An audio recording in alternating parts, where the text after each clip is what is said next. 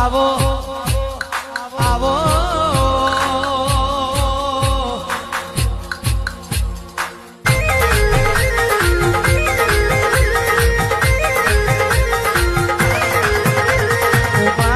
તમે દર્શનના ગવડાયું મારી રાજુ ભુવાની દેવી આવો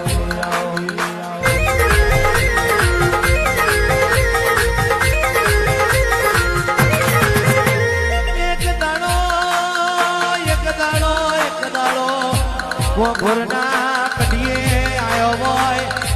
અને ઘોઘરના કડીએથી તમે ઉમરાની ઉઠે ઉખાડી હોય